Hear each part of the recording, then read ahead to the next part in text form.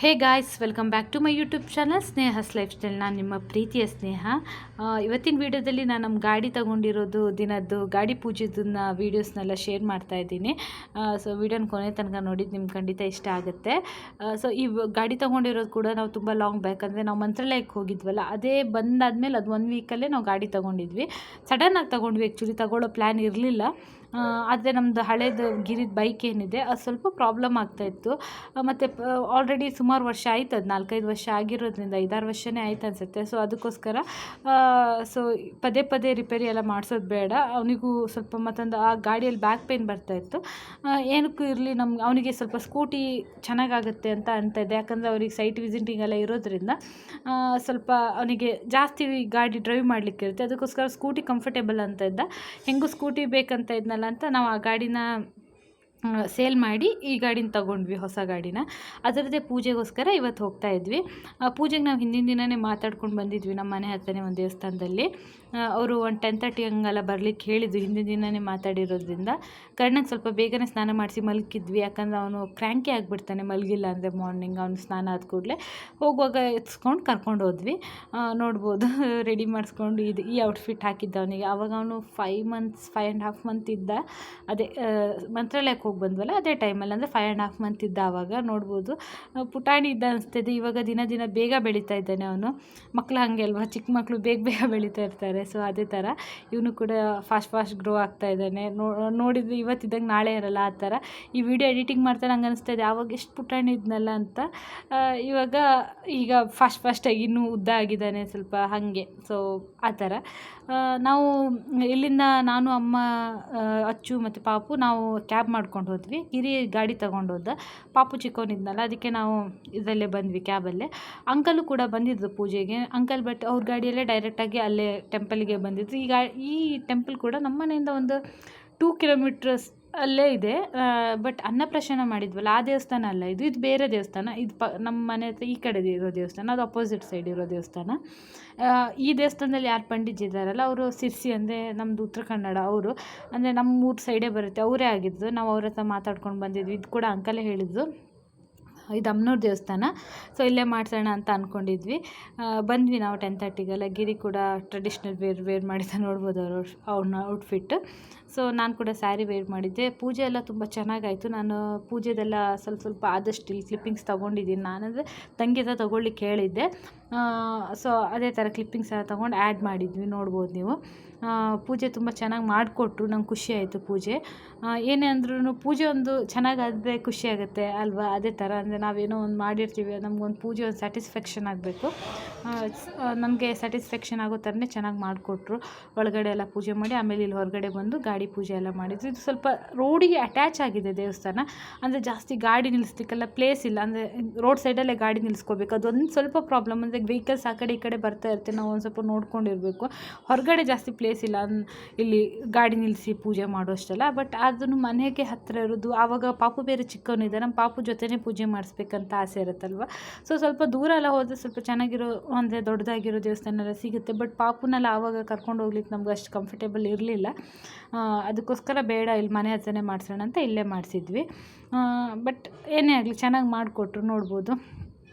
ನಾವು ಈ ಸಲ ಇದು ತಗೊಂಡಿರೋ ಗಾಡಿ ಇದೆ ನೋಡಿ, ಇವಾಗ ತೋರಿಸ್ತಾ ಇದ್ದೀನಲ್ಲ, ಇದೇ ಗಾಡಿ, ಹೊಸ ಗಾಡಿ ನಮ್ಮದು. ಬ್ಲ್ಯಾಕ್ ಕಲರಲ್ಲಿ ತೊಗೊಂಡ್ವಿ. ಗಿರಿ, ನನಗೆ ಬ್ಲ್ಯಾಕ್ ಕಲರ್ ಅಂದರೆ ಇಷ್ಟ. ನಾನು ಬ್ಲ್ಯಾಕ್ ಕಲರ್ ಇರಲಿ ಅಂತ ಅಂದೆ, ಚೆನ್ನಾಗಿತ್ತು ಬ್ಲ್ಯಾಕ್ ಕಲರ್, ನೋಡಲಿಕ್ಕೂ ಚೆನ್ನಾಗಿರುತ್ತೆ ಅಂತ. ನನಗೆ ಬ್ಲ್ಯಾಕ್ ಕಲರ್ ಅಂದರೆ ಸ್ವಲ್ಪ ಖುಷಿ. ಅಂದರೆ ನನ್ನ ಗಾಡಿ ತಗೊಳ್ಳುವಾಗಲೂ ನಾನು ಬ್ಲ್ಯಾಕ್ ಕಲರ್ ನೋಡಿದ್ದೆ. ಬಟ್ ನಾನು ಯಾವ ಚಾಯ್ಸ್ ಮಾಡಿದ್ವಲ್ಲ ಅದರಲ್ಲಿ ಜುಪಿಟರ್ನ ತೊಗೊಂಡಿರೋದು. ಬಟ್ ನನ್ನ ಗಾಡಿಯಲ್ಲಿ ಕಲರ್ ಸಿಕ್ಕಿರಲಿಲ್ಲ, ನಾನು ಬ್ಲೂ ತೊಗೊಂಡಿದ್ದೆ. ಅದಕ್ಕೋಸ್ಕರ ಈ ಸಲ ಬ್ಲ್ಯಾಕ್ ತೊಗೊಂಡ್ವಿ. ಚೆನ್ನಾಗಿದೆ ಈ ಗಾಡಿ. ಇವಾಗ ಗಿರಿ ಡೈಲಿ ಓಡಿಸೋದು ಇದೇ ಗಾಡಿನ. ನಮ್ಮದು ಹಳೆ ಗಾಡಿ ಏನಿದೆ ಅದನ್ನು ನಾವು ಸೇಲ್ ಮಾಡಿಬಿಟ್ವಿ. ಗಿರಿದು ಒಬ್ಬರು ಫ್ರೆಂಡೇ ತೊಗೊಂಡ್ರು. ಅದು ಇವಾಗಿಲ್ಲ, ನಮ್ಮ ಹತ್ರ ಇರೋದು ಇವಾಗಿದ್ದು 2 ಸ್ಕೂಟಿ ಮಾತ್ರ, 2 ಸ್ಕೂಟಿ ಇರೋದು, ಬೈಕ್ ಇಲ್ಲ.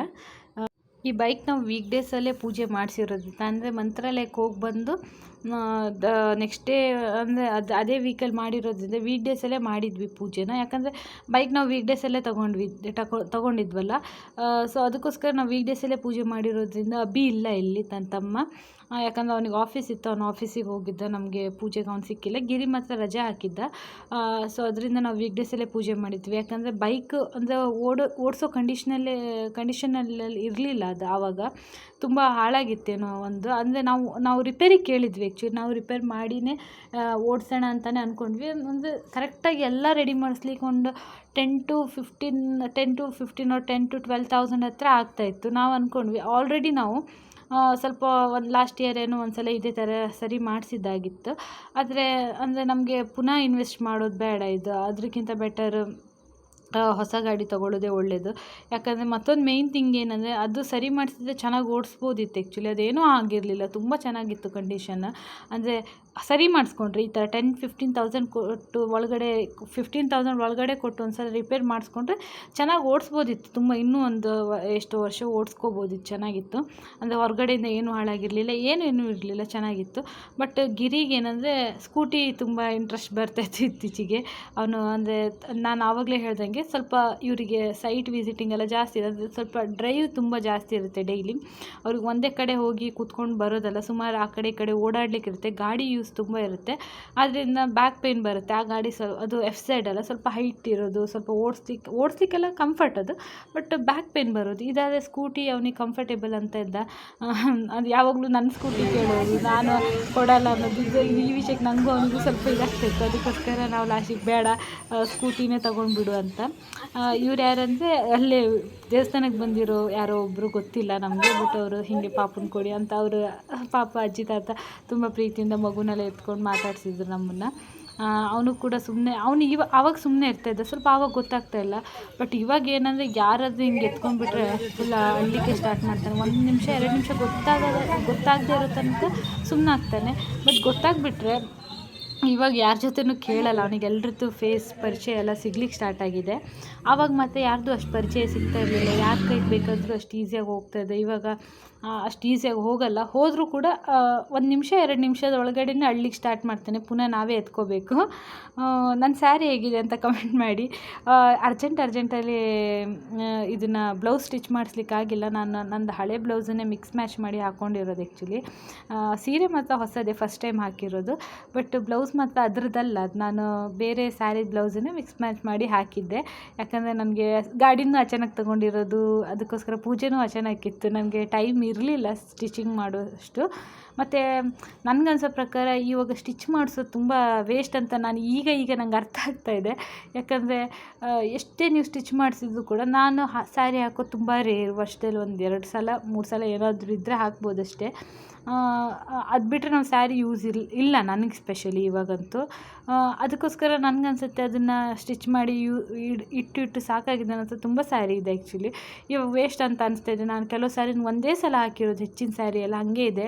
ಅದಕ್ಕೋಸ್ಕರ ನಾನಿವಾಗ ತುಂಬ ಸ್ಮಾರ್ಟಾಗಿ ಹೆಚ್ಚಿನ ಸ್ಯಾರಿ ಬ್ಲೌಸ್ ಹೊಲ್ದೇನೆ ಮಿಕ್ಸ್ ಮ್ಯಾಚ್ ಮಾಡ್ಲಿಕ್ಕೆ ಟ್ರೈ ಮಾಡ್ತಾಯಿದ್ದೀನಿ. ಅದು ಬೆಸ್ಟ್ ಅಂತ ಆಪ್ಷನ್ ಅಂತ ನನಗನ್ಸುತ್ತೆ.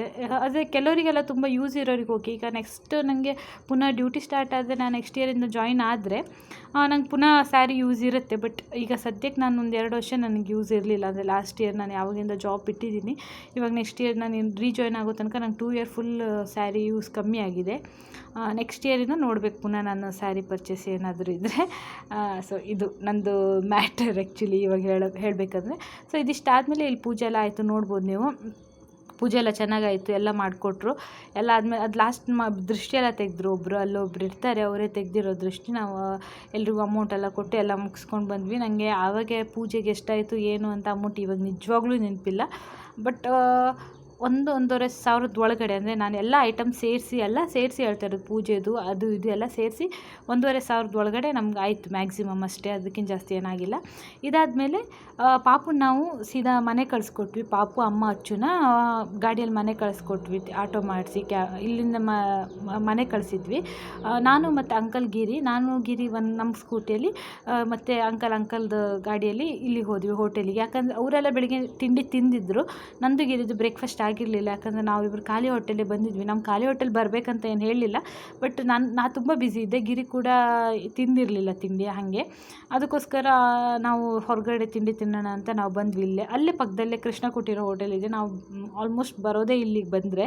ಸೊ ಇದಾದಮೇಲೆ ನಾವು ಇಲ್ಲಿಂದ ಮೀನಾಕ್ಷಿ ಮಾಲಿಗೆ ಹೋದ್ವಿ, ಯಾಕಂದರೆ ನಮ್ಮದೊಂದೇನು ಕೂಪನ್ ಇತ್ತು, ಅದು ಇವತ್ತು ಎಕ್ಸ್ಪೈರ್ ಆಗ್ತಾಯಿತ್ತು. ಅದಕ್ಕೋಸ್ಕರ ನಮ್ಮ KFC ಹೋಗಬೇಕಿತ್ತು. ಅಲ್ಲೇ ತಮ್ಮನೂ ಬಂದ ಕೂಡ ಜಾಯ್ನ್ ಆದ ನಮ್ಮ ಜೊತೆ, ಅಲ್ಲೇ ಕರೆದೆ.